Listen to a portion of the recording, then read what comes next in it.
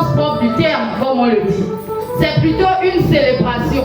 Lorsqu'il y a célébration, c'est qu'auparavant, il y a eu combat. Les mamans, tu as prié, tu as jeûné, tu as pleuré pour quelque chose. Lorsque Dieu te répond, tu célèbres, non? C'est pourquoi, à travers le monde entier, chaque 8 mars, les femmes célèbrent. Amen. Parce qu'auparavant, elles ont eu à combattre pour pouvoir exprimer, faire reconnaître leurs droits. Amen. Avant, ce n'était pas facile. La femme n'avait pas le droit de parole. Amen. Non seulement au milieu des hommes, mais pire dans la société. La femme n'avait rien à dire, elle ne pouvait rien apporter. Malgré tous les talents et toutes les capacités que Dieu a mis au-dedans d'elle. Amen. Gloire à Dieu.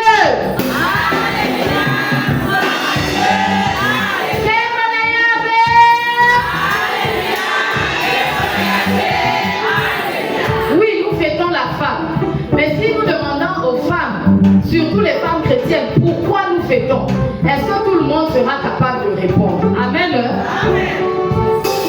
Il faudrait dorénavant que ça reste au-dedans de nous. Nous célébrons le 8 mars à travers le monde entier. D'abord dans le monde, comme on dit, mais dans l'église également, parce que nous faisons partie du monde. Amen. Nous sommes dirigés par ce monde. Amen. Bien qu'étant des serviteurs, des servantes, des ambassadeurs de Christ sur la terre. Depuis la fin du XXe siècle, les femmes se sont battues pour que leurs droits soient reconnus, pour qu'il y ait l'égalité entre les deux sexes. Amen. Et après toutes ces batailles, en 1977, l'ONU a finalement reconnu cette journée comme journée internationale des droits de la femme.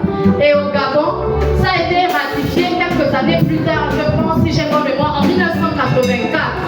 Donc c'est à partir de 1984 qu'au Gabon, on célèbre le 8 mars.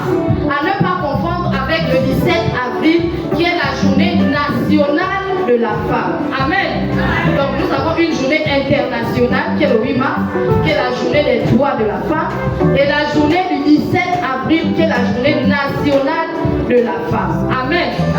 Mais pourquoi mettre la femme à l'honneur? Parce que tout simplement, avant, elle était effacée.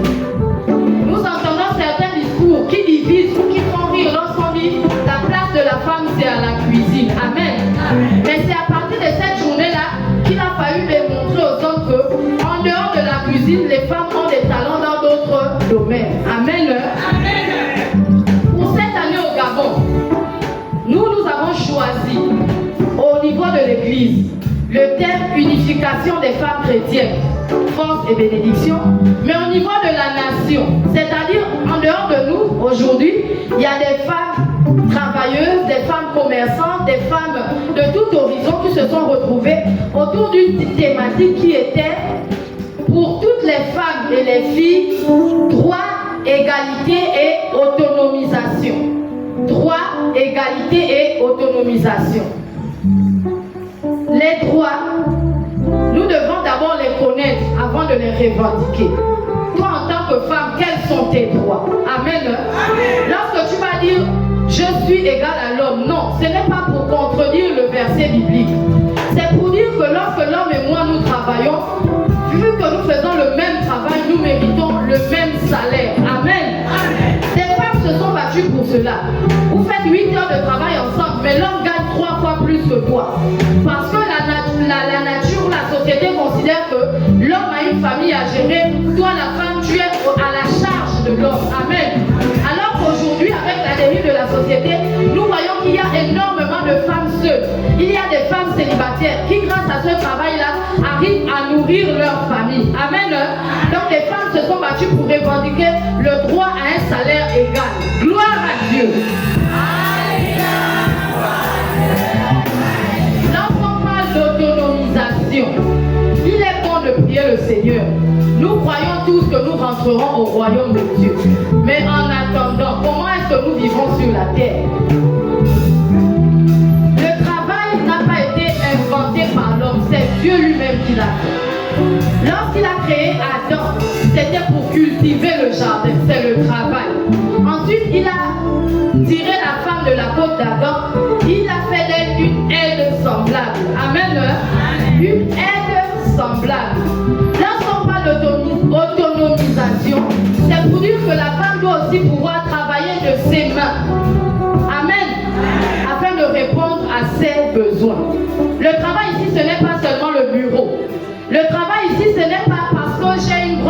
voiture. Le travail, c'est pouvoir nourrir son nom. Amen. Il n'y a pas de saut métier, comme on dit. Il n'y a pas de petit métier pour dire, bon, maman Yasmine au bureau, moi, comme je vends la tomate, je ne travaille pas. On a l'habitude de dire, je bricole. Amen. Les mamans, gloire à Dieu. Bricoler là, tu travailles. Amen. Parfois même plus que celle qui est au bureau. Je loue le courage des commerçants. Tu vas te réveiller à 5 heures, tu laisses le mari, les enfants sur le lit. Tu vas au marché, chercher ce que tu iras vendre. Parfois jusqu'à 20h, 21h, c'est plus de 8 heures de travail. Amen. Parce que dans le droit du travail, on dit que le travail c'est 8 heures par jour. Mais il y a des mamans qui travaillent 12 heures par jour. Après ces 12 heures-là, elles vont encore à la maison travailler. Amen. Ça peut même arriver à 20 heures. Après, tu as seulement 4 heures pour te reposer. Nous sommes braves, nous sommes forts. C'est ce que ce jour veut nous rappeler. Amen. Gloire à Dieu. Nous célébrons le 8 mars pour nous rappeler que la femme a droit à la protection. Amen. Les autorités gabonaises, depuis 3 ans ou 4, ont pour cheval de bataille la lutte contre les violences faites aux femmes. Cela ne s'arrête pas seulement dans la société, ça arrive aussi à l'église. Il y a des femmes qui sont violentées, mais qui parfois, à cause de la parole de Dieu ou à cause du Seigneur, se taisent. C'est pour cela que nous nous levons pour dire non. Amen. Tu dois être capable de dénoncer cela. On commence d'abord dans la maison de Dieu. Tu fais asseoir le responsable, tu fais asseoir les supérieurs hiérarchiques. C'est à eux de ramener par les conseils, par la prière. Amen. Nous avons vu il y a quelques années le témoignage de cette grande chante Osinachi qui était pourtant remplie d'onction. Mais personne ne pouvait savoir ce qu'elle vivait dans sa maison. Il a fallu attendre le pire. Il a fallu qu'elle meure sous les coups de son mari pour qu'on puisse reconnaître que même dans l'église de Dieu, il y a des violences qui sont exercées sur les femmes. Ça ne concerne pas seulement les mondains. Il y a des chrétiens même qui à ce niveau ne sont pas encore repentis. Amen. Les mamans, c'est pour que nous sortions du silence. Ce n'est pas pour humilier quelqu'un, mais c'est pour que tu ne souffres plus. Amen. Parce que Dieu, les plans qu'il a pour nous, ce sont des projets de bonheur et non de malheur. Gloire à Dieu. Lorsqu'on parle de violence faites aux femmes, ce ne sont pas seulement les violences physiques. Il y a aussi ce qu'on appelle les violences psychologiques. Quand du matin au soir, ce sont les injures, ce sont les menaces, ce sont les paroles de dévalorisation. Ce n'est pas ça. Amen. En tant que femme, la femme on la célèbre, la femme on la chouchoute. Amen. La Bible fait ça pour nous. La Bible nous montre tout ce que Dieu veut, tout ce que Dieu attend de nous. Nous avons le livre de Cantique qui montre comment Salomon célébrait la femme. Amen. Donc quand tu lis le livre de Cantique là et tu vois toi-même comment tu es célébré, dis encore que Seigneur, je veux aussi être célébré comme ça. Amen. Gloire à Dieu. Les femmes se sont également battues et ont obtenu la victoire pour le droit de vote. Amen. Il y a plusieurs années en arrière, les femmes ne votaient pas. C'est-à-dire, elles n'avaient pas leur mot à dire pour le choix des dirigeants de leur nation. Amen. Pour le choix des dirigeants de leur commune, de leur département, de leur localité. C'est-à-dire toutes élections confondues. Mais dorénavant, nous savons que dès que tu as l'âge de 18 ans, que tu sois homme ou femme, tu peux aller te faire enrôler. Amen. Tu te fais enrôler. Et dès qu'il y a une élection, comme nous le verrons bientôt le 12 avril, tu vas dans l'urne, il n'y a que toi et ton Dieu, toi et ton cœur. Tu connais ton candidat selon ce que tu as entendu des programmes. Amen. Parce que ce n'est pas seulement l'église. Amen. Il faut aussi s'informer.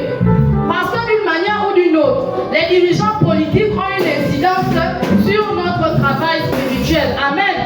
Nous nous souviendrons que durant le coronavirus, alors que les autorités ont dit on ferme les églises, personne n'a fait le contraire. Amen.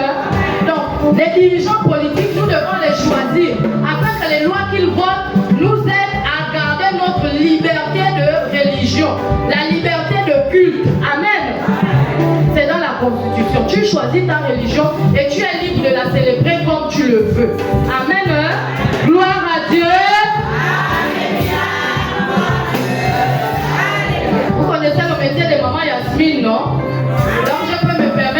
avril, le 12 avril, c'est bientôt.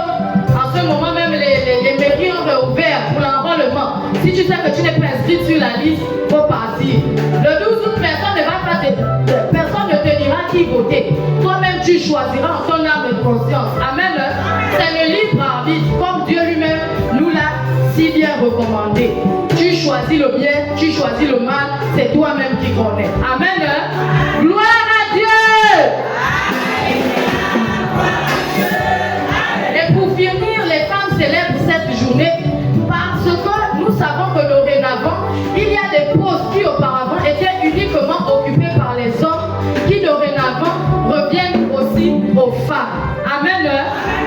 Nous avons vu lors de la mort du défunt président, c'est même une femme qui a assuré l'intérim à la tête de la nation.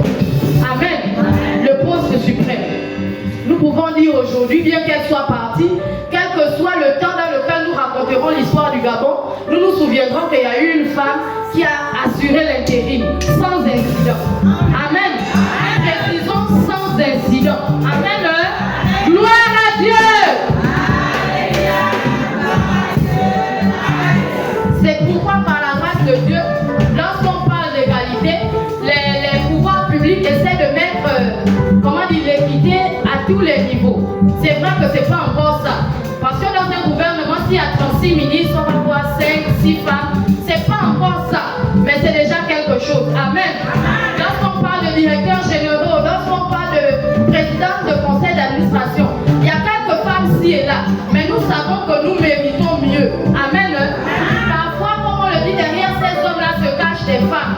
C'est parfois des femmes qui font tout le boulot. Mais nous remettons la gloire à l'homme parce qu'il est le chef de famille. Il est le chef de famille. C'est pour dire que nous leur reconnaissons toujours leur place. Mais comme maman l'a dit hier au travers de sa prédication, nous excellons dans notre tâche sans nous comparer aux hommes. Amen. C'est aussi valable dans l'église du Seigneur. C'est valable dans l'église du Seigneur. Lorsqu'il y a l'œuvre de Dieu à faire, ne regardons pas que ça c'est l'homme qui doit faire. Ça c'est l'homme qui peut faire. Du moment où toi également tu as les capacités de le faire. Toi également tu as le titre, tu as la consécration. Amen. Je suis parfois peiné lorsqu'on arrive et on dit bon aujourd'hui il n'y a pas la permanence parce qu'il n'y a pas un homme. Alors que les femmes sont là versées. Une femme peut prendre son courage et dire je dirige la permanence. Amen. Les gens du Seigneur ne doivent pas se perdre parce qu'il n'y a pas l'homme. Lorsque tu es là, tu peux travailler. Travaille pour le Seigneur. Amen. Ce que tu sais faire, fais-le bien. C'est tout ce qu'on te demande. Tu n'as pas besoin de te comparer ou chercher un homme d'abord. Tu n'as pas besoin de dire non, nous les femmes, nous faisons les hommes. Non, nous faisons tous la tâche pour laquelle le Seigneur nous a appelés. Amen. Gloire à Dieu.